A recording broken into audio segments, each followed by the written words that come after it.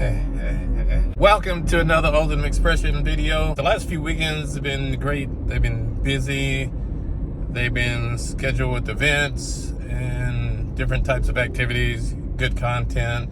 Of course, they hadn't been without their problems solved or issues to come up or just using your knowledge to make decisions. But nonetheless, the weekends are good. Sometimes people focus on the weekends a lot and they say the weekend is made for fun. A long time ago, I kind of put that into my back pocket, then I threw it away because weekends are just another day of the week for me. There's still an opportunity to do things. There's still an opportunity to excel. There's still an opportunity to fail. Still a lot of opportunity with the weekend, not just being made for fun and carelessness and things that actually set you back. Some people consider the weekend 2 days. Some people consider the weekend 3 days. The weekend usually turns into 3 or 4 days for a lot of people, and that turns out to be the majority of the week because we only have 7 days in the week. So if you spend 3 days and stretch it into 4 from Thursday to Sunday, you wasted just a lot of time. But that doesn't mean people don't schedule things on the weekend and take advantage of it and have different types of opportunities or chances to have fun in your life. This last weekend was a Fort Smith Film Festival, and me and my girlfriend had VIP tickets, so we spent the majority of the time there. Spent part of the time doing some other stuff just as well. Business, but still fun. In this video, I will include some of the activities that we done. We got to sit in on some panels from some of the filmmakers, from some of the actors and actresses.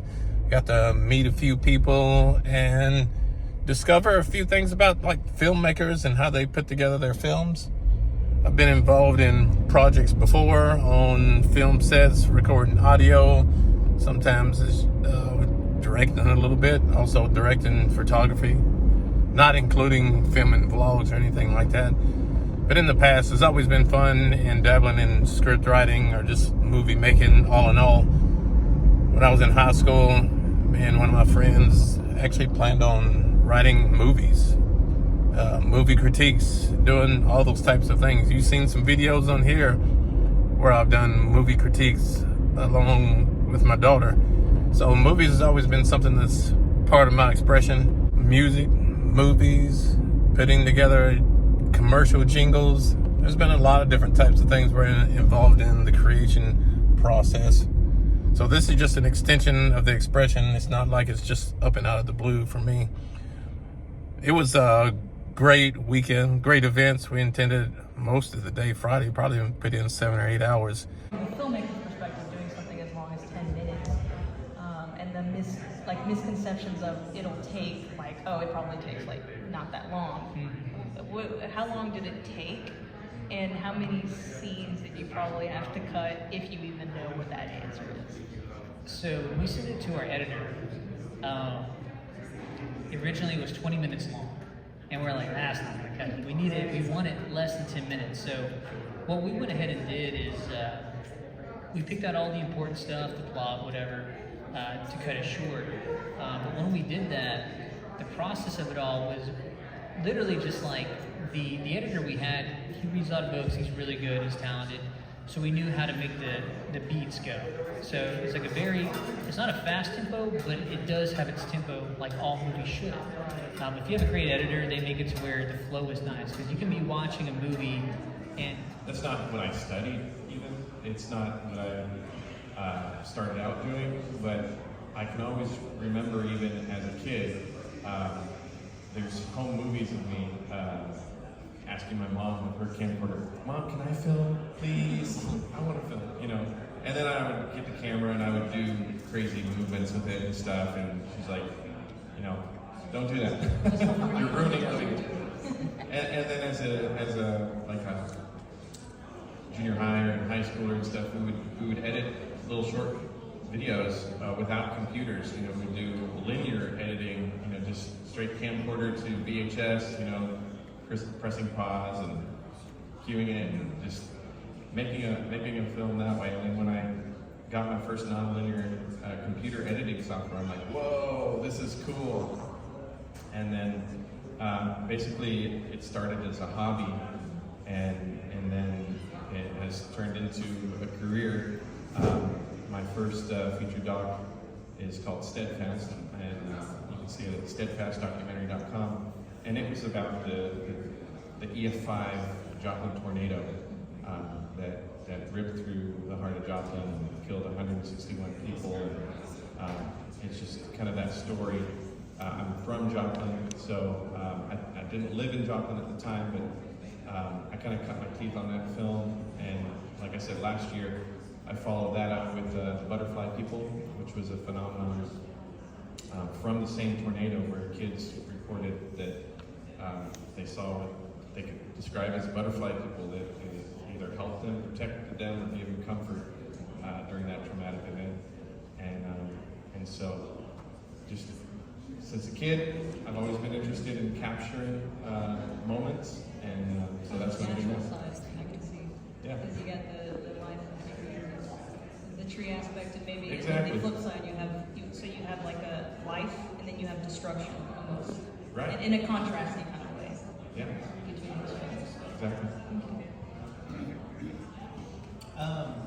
Yeah, I mentioned some of the influences for the series. Some personal influences that made me want to make film would be Darren Aronofsky. I love how he can take a character and just really destroy them by the end of the film and make you really feel for them no matter what side they're technically on. I love David Lynch because he can just really go to a weird place and you still want to follow him down that weird road even though it's a 2.5 hour, 3 hour long movie. You're still just like, I'm still watching. I have no idea, but I'm still watching. I love those kind of ways of storytelling. So I don't consider myself necessarily a great writer. I'm not a great director. I'm an actor, but I'm not even a great actor, but I am a storyteller. And I love telling a really great story and finding a really cool way to tell a story. So yeah, it is kind of a cheat having an anthology because it's like, yeah, I'm telling somewhat of the same story but giving different variations. But it's just a different way of telling a story each time. And that's what really drew me to making it.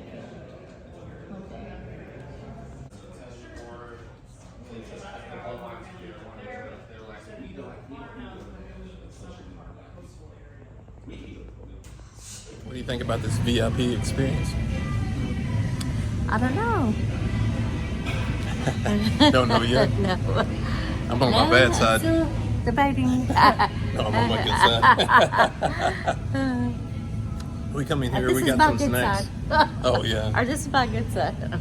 We got snacks over here. They got a pottery demonstration going on over here. There's some people over there in the back eating. But we're going back across here and get into the some of the filmmakers panels or some other stuff and meet some other people. So let's go.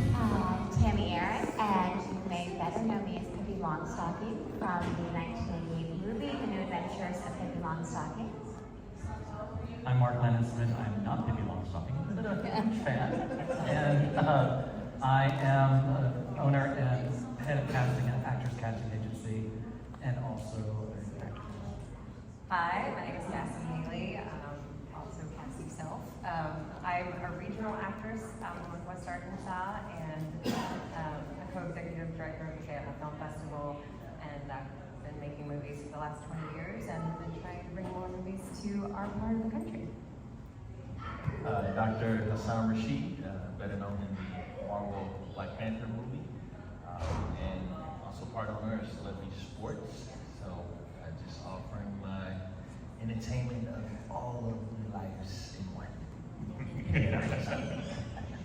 All right, so I think one of the things that I'm always interested in and we get questions about a lot is film something that you desired to go into, or did you find film or did it find you?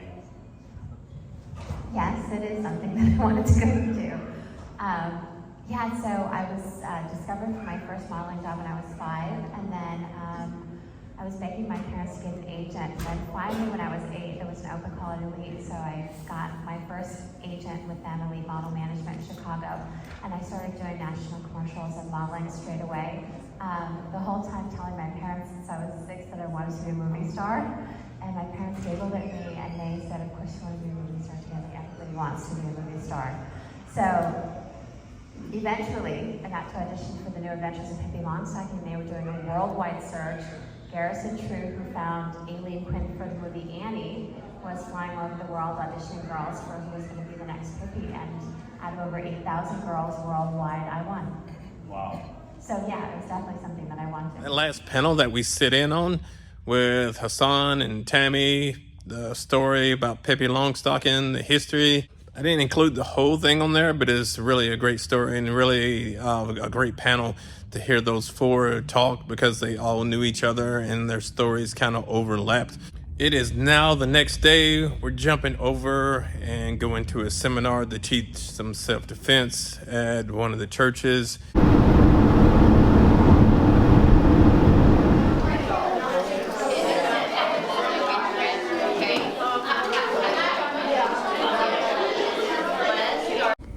I like places like this because the light is really good, so when you vlog at night, you can really see inside the car. We're at a gas station. But yesterday we went and got the VIP treatment, got the red carpet treatment to the film festival, and it was a good time. Met some good people in the what do you call them things? Met some good people in the panels, in the Q&A. And what did you think about the festival? It was good. I had fun. That's it? You just had fun? Yeah. Got to meet some nice people. And What's PiPi's name? Tammy Aaron. Tammy Aaron. Follow online. Also, we got to meet Hassan Rashid out of the Black Panther movie, the first Black Panther movie. So if you're looking in the other movies, you're not going to find them there. And today we went over and done a seminar for self-defense over at one of the churches and ended the day there. Now we're here at the gas station, I guess ending the night.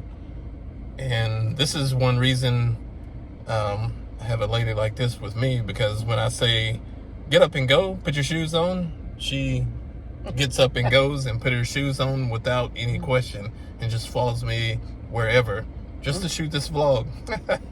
Not really. We got some snacks, some grapes, and headed home, closing this vlog out.